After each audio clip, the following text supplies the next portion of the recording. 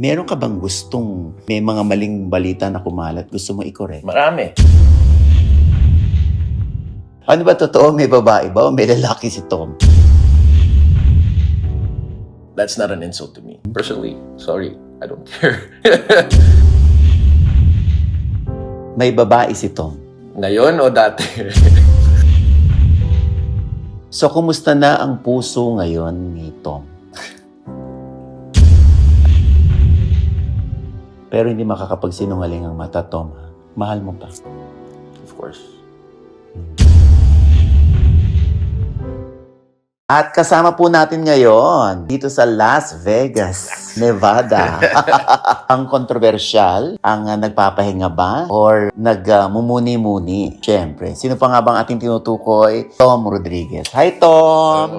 Ayan. Muni muna. Oh, muni-muni muna. Oo. Kailan ba tumuntong dito si Tom? Mga March 11. March 11, No, 2020. March 13. So, March 13, 2022. Sa kadahilanang, Matagal na talaga nakaplano yun, pero yung duration yung mas nag-iba. Kasi yun yung birthday ng dad ko tsaka death anniversary the same month. Kaya plano talaga I was gonna come here for 2 weeks.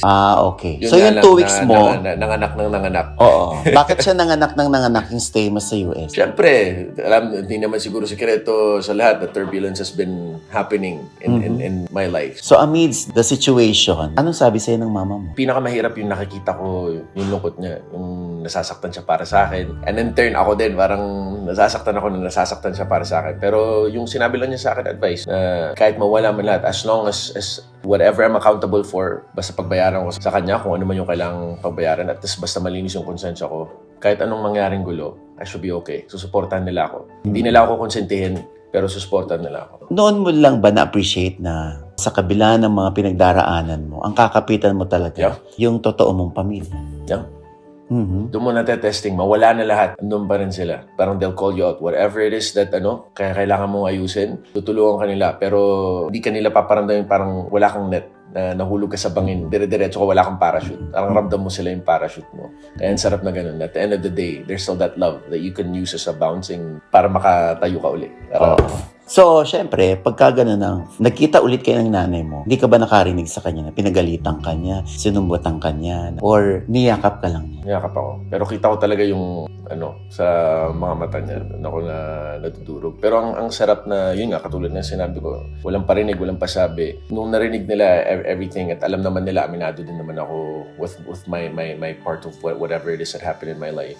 So basta tinulungan lang nila ako to get back. Inaruga lang, just really love. Hindi rin biased yung dating. So, nung March 2022 na nandito ka, ano pinagkaabalahan nito? Nagtrabaho ba siya? Palipat-lipat ka ba ng tinitirahan? Ano? Noon talaga 6 months wala. Sa Arizona lang ako with my family lang talaga. As in, wala. Hindi ako lumabas ng bahay. The only times na lumabas ako was for kasama ko yung best friends ko nung grade 7 pa ako. Sa Yuma din sila nakatira. So sila lang yung kumidnap sa akin kasi wala akong pinaalam eh. Nasaan ako, wala akong sinabihan na, andito ako sa Amerika uli. Kaya nung nalaman pa nila, nandito ako, sila yung parang kumidnap sa akin. We went out to the mountains. So dun din, kahit dun sa bukid din kami sa bundok. Just being out there in the stars. So other than that, yun lang talaga. Yun yung naging small circle ko. Doon umikot. Kasi, kumbaga kung sa buhay showbiz, sanay tayo, trabaho, MWF, may TV show ka, TTHS, may movie ka, Sunday, racket ka, dami mo tao nakita, dito wala yung mundo ko. That's what I didn't realize. For 13 years, I made my world so big. And nung sumabog na lahat, fallout, shrapnel, you realize andito pala yung core mo. Now all of there was a lot of veneer in my life. Ang daming tao na when it came down to it, ganun, hindi mo na maramdaman. They just threw you away, maniniwala sa kung anong balita, anong maririnig. Kaya it really gave me the sense na ang importante pala na alamin mo kung ano yung nandito muna. Ang weird, but napag-usapan namin ng kapatid ko, the way we tried to do that was, imbes na doon ka muna trying to go on a world scale, we had to start with our temple. Meaning we're tripartite beings mind, body, spirit. So you start with your temple, parang sarili mo oxygen mask muna before you can start to worry about your tribe, your family. And then after that, you start worrying about your community, and society, then the world. Nung una pala, doon ako lagi nagde-default. Nagkikilty ka, you wanna be able to help people, you wanna be able to do that. Kasi artista ka, you're in a position na ganun. Puro labas yung iniisip mo. Until you realize na, when all of it shakes, when there's turbulence, pag mawala yung pundasyon mo, kasi hindi pala ganun ka iba, you realize that you really have to strengthen your core. So doon ko nalaman, my core was myself, my family, and him. So for 6 months, yun lang talaga yung trinay kong i-prioritize. Okay, so nanahimik ka, nagkulong ka, or nagtrabaho ka ba? I tried online jobs, mga ganun. Pero at first, I couldn't eh. As in, I was in the right state of mind. Parang dark night of the soul talaga. Na wala, it was a really heavy bout with depression and a whole other mess of things. I was feeling resentful at things and I didn't know what exactly. Siguro at the world at some point, parang I didn't wanna rejoin society. May ganung feeling. It was parang you're in a blender. Na minsan hindi mo alam kung saan nanggagaling yung emotions, saan nanggagaling yung thoughts. Kaya nga naisip ko, kami ulit ng kapatid ko nag-uusap and we realized na siguro we're just radios. We're not the stations. Minsan hindi tayo conscious sa station na pinupuntahan natin. So siguro yung sa akin, gumagano-gano lang, umiikot-ikot. Puro static. So I really had to try to figure out na, teka, saan ba nanggagaling yung ito? Bakit ba ito yung nararamdaman ko ngayon? Until nahimay ko yun, and then when I felt ready enough, that's when I started going out of my own cave. So dito ako napadpad sa Vegas. So, sa Vegas, may kumukup sa'yo. Meron. Mm-mm. There are a lot of good people that taken me in. Sila at Ate Joy, Kuya Jerry Canillas. So sila yung very first people who brought me in. Made me feel like I had a new extended family. I got to see a new place with bigger opportunities. Kasi sa Yuma, Arizona, wala talaga eh. I was lucky to meet them and they introduced me to more people. And sila Ate Kat, sila Kuya Del, that have showed me more opportunities naman. So sa kanila, through them, I found work here in Vegas. So, sila yung kumukup sa'yo. Anyway, so kumusta na ang puso ngayon ni Tom? It's up in the air pa. Siguro, it's still healing. It's still in the process. It's not hindi naman madali yun. It's gonna be tricky to navigate. It's gonna take a long time. But it's underway. So, ano yung hindi mo mapigilang gawin? Dahil nakasanayan mo noong ikaw ay hindi pa divorced. Dami namang mga ganun eh. Little things you take for granted siguro. Pero So, mahal mo pa? I think even that is a tricky thing to say. Kasi syempre, hindi naman nawawala yun agad eh. Pero it's as I am healing, it's transforming into something else. I'm sure kahit nandito ka, nakakarating sa yung mga balita, yung mga masasakit na balita na talagang tumatama sa puso mo na meron ka bang gustong, may mga maling balita na kumalat, gusto mo i-correct? Marami, pero I don't want to correct them. I feel like there's no need. Kasi people that's what I realized nung nawala lahat. And hindi ko alam na my job to me was just a job. I enjoyed being with people and having that energy exchange. Pero yung fame, I never thought it was something, at least for me. Until, yun nga, nung nangyari lahat, I didn't know that I held that card close to my heart pala. Nung pilit kinukuha na yun, parang, teka lang. Then I realized nung nawala yun, I didn't need it. So in a way, whatever people, I realized na kung ano man yung gustong isipin ng mga tao, they will already think about it, whether it's for you or against you. So me trying to spend energy na i-correct yun, it will never stop. Kasi hanggang saan ka titigil? Kung umpisahan ko dito, sige, i-correct ko sa'yo, i-correct ko sa'yo. Until when? So buong buhay ko, yun lang yung gagawin ko. Live my life to correct what other people perceive of me. Or do I simply just live my life as honestly as I can? Yung I'll really try na just righteous path na matuwid, wala kang inaagrabyadong ibang tao. As long as I can do that, as long as kaya kong tingnan yung sarili ko sa salamin, that should be fine. Parang yun na yung standard of living ko ngayon. Kasi yung mga tao doon sa Pinas na naloloka. Kasi iba-iba yung mga may babae ka, may lalaki ka. So, an alien siguro. Interdimensional yung... Ano ba totoo? May babae ba o may lalaki si Tom? Kasi kung nakasama kita overnight dito sa bahay na to, hindi ko to napansin na parang pumilantik ang daliri ni. So, kasi ako... Kasi yun yung... Hindi. Sinasabi nila. Bading ba si Tom? No, if that's the worst that someone can call me, that's not an insult to me. A lot of the best people, most of the best people I know happen to be of that persuasion, happen to be gay. Best people I've known. So kung yun lang hindi insulto para sa akin yun. So in a way, I don't mind hearing it. It's not the truth, but it doesn't bother me. Kasi baka sabihin na, paligoy-ligoy naman si Tom, yes or no lang. No. Okay. Di ba ganun kasimple? Ganun kasimple, no. But it's up to them if they're gonna believe it or not. Personally, sorry, I don't care. I don't care if they believe me or not. May babae si Tom. Ngayon o dati? Noon. Wala. Wala. Nung kasagsagan, wala. Wala. Ano lang ang kayang aminin ni Tom sa mga tao dahil tao ka lang. Tao lang ako, I have my mistakes. Siguro hindi yung mga binibintang sa akin per se, Mhm. but I have things that I have to be accountable for. That I Mhm. have no problem saying. May mga mali ako na kinailangan ko pagbayaran at pinagbayaran ko. Kinailangan mong pagbayaran. So, My own way for me to be able to my own personal moral standards. Not throughout the whole years, but towards the end, I really did lose my way in sorts. And hindi lang yun, a lot of people who are very close to me also saw that. Saw a bit of that change, a bit of that turbulence. Could be influenced by other people, pero at the end of the day, hawak ko pa rin ang sarili ko. I was still the one that nadapa. Kung ano man. I'm not speaking for other people, just for my own accountability. may pagkakataon ba na humingi ka ng tawad, pinatawad ka, o hindi ka pa rin pinatawad kahit aminado kang may kasalanan ka? Napagdaanan ko rin. And then you realize na you really don't need the other person to forgive you. Bakit? Kasi hindi mo hawak yun. It's not yours to ask for or to give. You can ask, pero you're not entitled to it. So, what I can only control is sa end ko. And even that I can't control. But it's the only thing na yun lang yung parang sakot ko. Kung ano man yung magiging reaction ng iba, wala na sa akin. And I realize you have to let that go. Kung hindi, doon ka rin iikot eh. So kung sa akin, sa Diyos, I've really had to face it in the mirror. Parang in that 6 months, wala kang takas eh. For example, before, nung nawala si Daddy 2017, tinaguan ko by working. I kept myself busy. This time around, kasi nalaman ko when I did that, I didn't heal. Walang nangyari. The problem just, festered. Parang yung sugat mo mas naglumaki. So this time around, I knew I had to be still.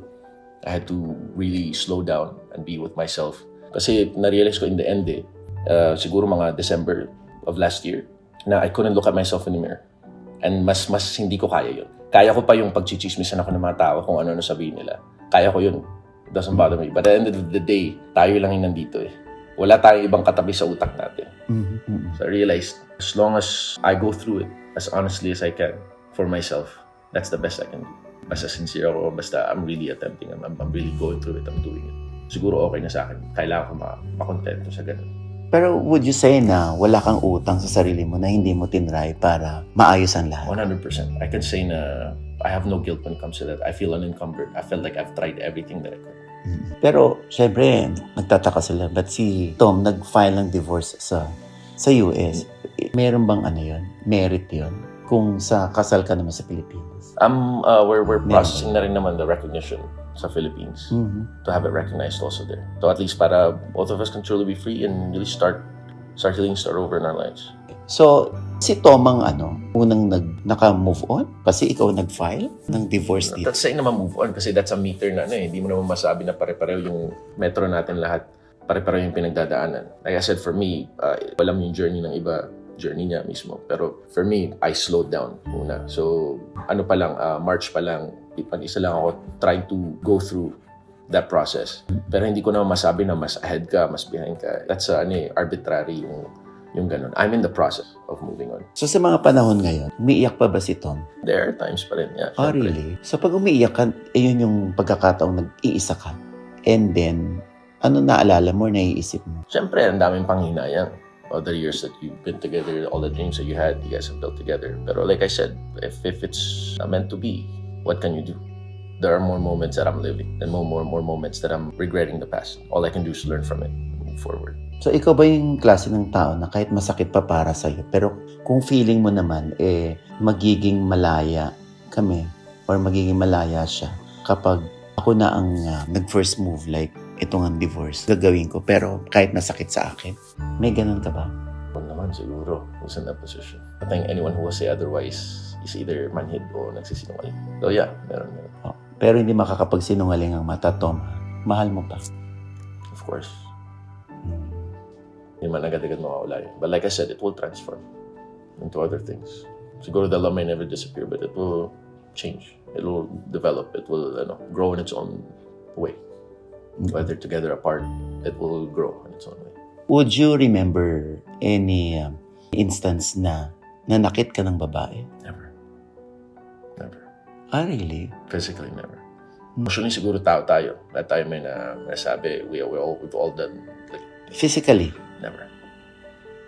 Siguro nung bata ako, kami ng mga ate ko, played. But after puberty, kahit mga sisters ko, never. I have 3 sisters. So, masasaktan ka kung may akusasyon kay Tom na nananakit siya physically ng babae? Hindi na. Masasaktan first, ka? nasaktan ako. Pero, no. People can think what they want. Paano may didepensa sa sarili mo kung They can prove it if they can, go for it. But ako, as long as I know here, okay na ako. Nasanay na ako na kung ano man yung iniisip ng tao sa akin. I realized lahat narinig ko na eh. Parang everything and the kitchen sink. Naitapon na sa akin, ay bato na.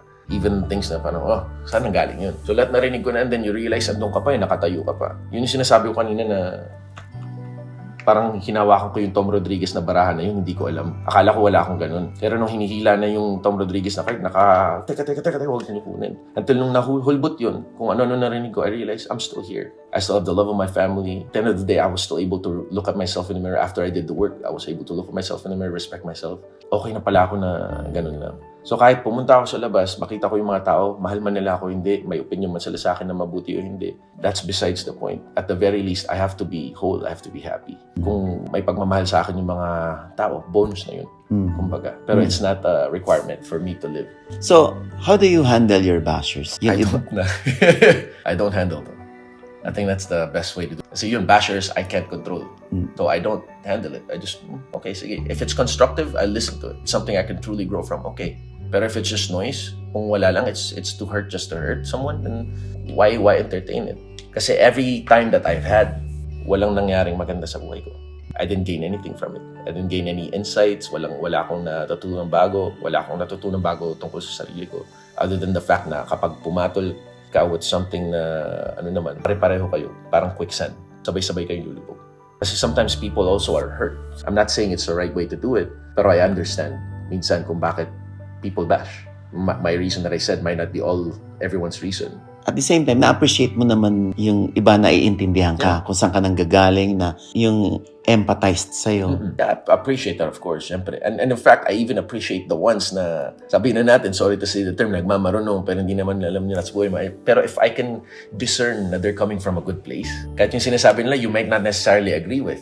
Parang hindi ako sangayon sa sinasabi nila, pero alam ko nanggagaling sa mabuting lugar. Na-appreciate ko yun.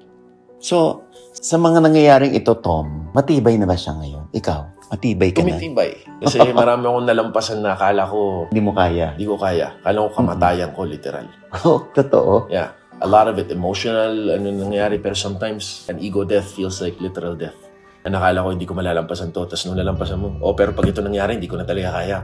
Hindi, pag ito na talaga, ayoko na, suko na ako. Then you realize, I'm still here. As long as I draw breath, you can still course correct. You can, so keep going, keep living, improving. Just try to be a better person. So, ibig sabihin, nung nakaraan, may tendency pala si Tom na kaya niyang tapusin ang buhay.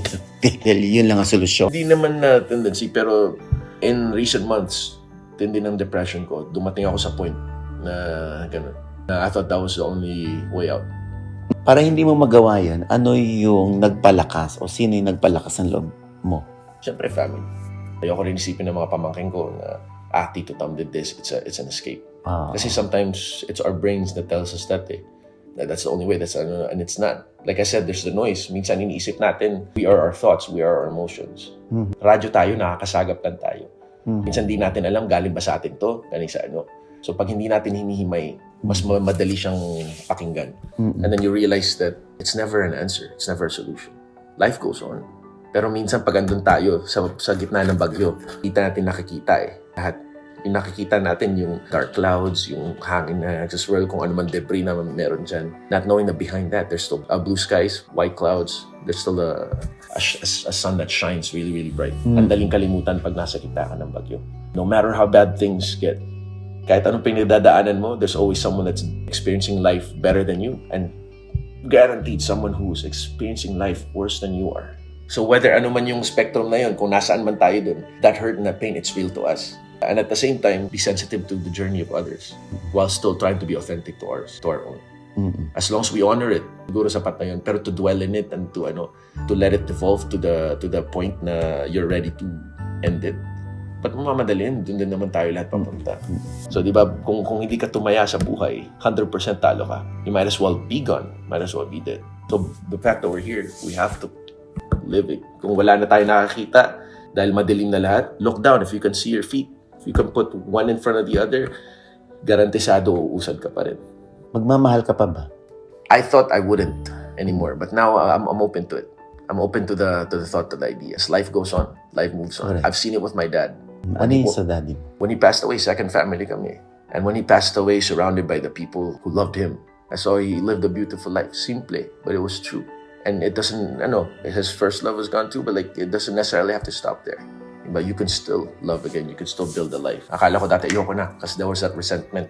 But life, universe, you gave it your all. Na parang ayoko na, pagod na ako. Pero now you think, why stop yourself? If it's for you in the cards, yeah. Pero it's not something I can plan. Those are plans that are too big for me.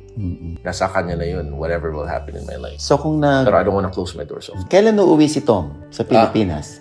Next year. So, ready ka na to work, Yeah. to act again. I'd love to. Namiss ko. At ang GMA naman, hindi ka pinababayaan. Never. In fact, ang daming nangyari sa buhay ko, isa sila sa sumagip.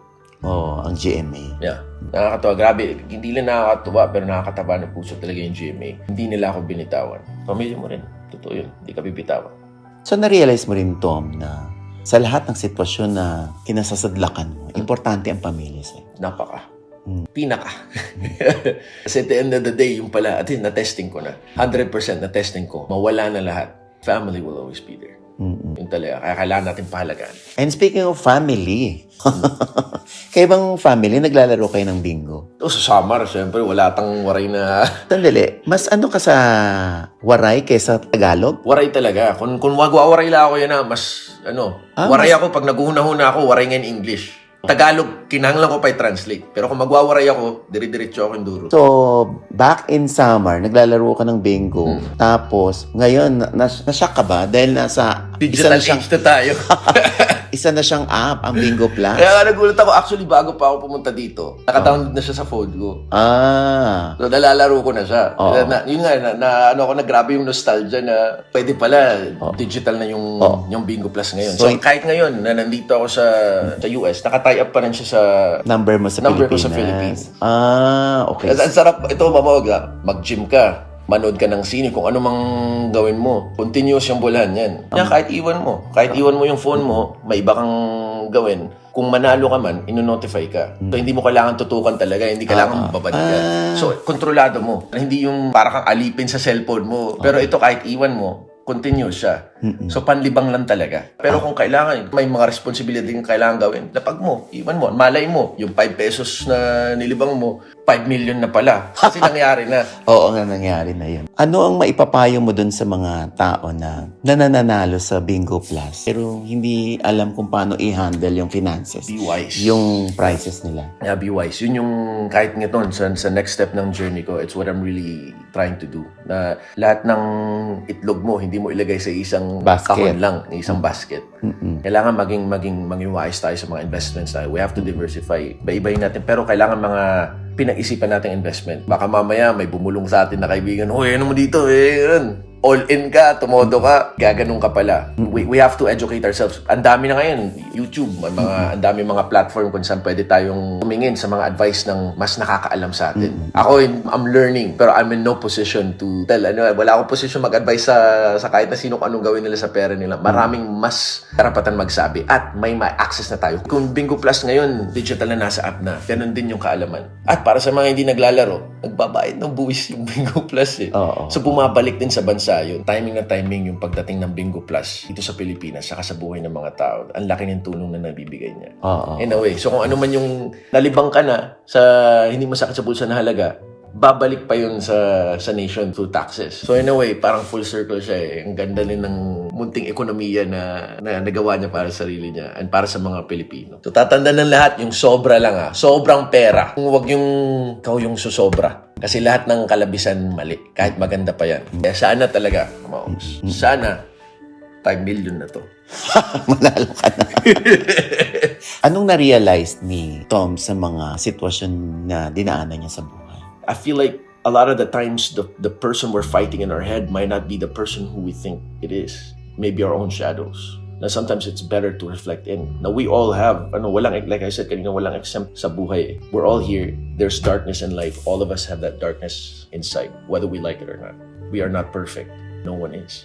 We don't confront it. Kung magmamalinis lang tayo, if we shield ourselves from our own internal mechanisms, walang magandang mangyayari. We have to look inwards and realize that I think more often than not, we are all our inner children collectively punching at shadows. Parang may mga kinakalaban natin anino that are inside our heads, pero we think it's this. Not knowing a lot of it is inside our heads. We have to really take personal inventory. Mas masarap mabuhay na malinis yung konsensya mo. Sabihin na natin, mas mabuti nang ikaw yung maagrabyado kaysa yung ikaw yung maagrabyado. As long as kaya mong mapanindigan yun sa buhay mo from here on. Kasi madadapa tayo eh. Yung landas na nandun tayo, madadapa tayo. Pero imbis na tumigil lang tayo doon, that's it, keep walking forward. Kaya mong mai-correct ulit kung ano man yung mga pagkakamali na meron ka. Until you get to the point na at least wala kang bigat na nararamdaman. So kung at the end of the day, hindi mo kayang tingnan yung sarili mo sa salamin, kahit nasa labas ka, happy ka, it's still gonna be a miserable life. Pero it's better to always do the work and to be able to look at yourself in the mirror at the end of the day na panatag yung loob mo.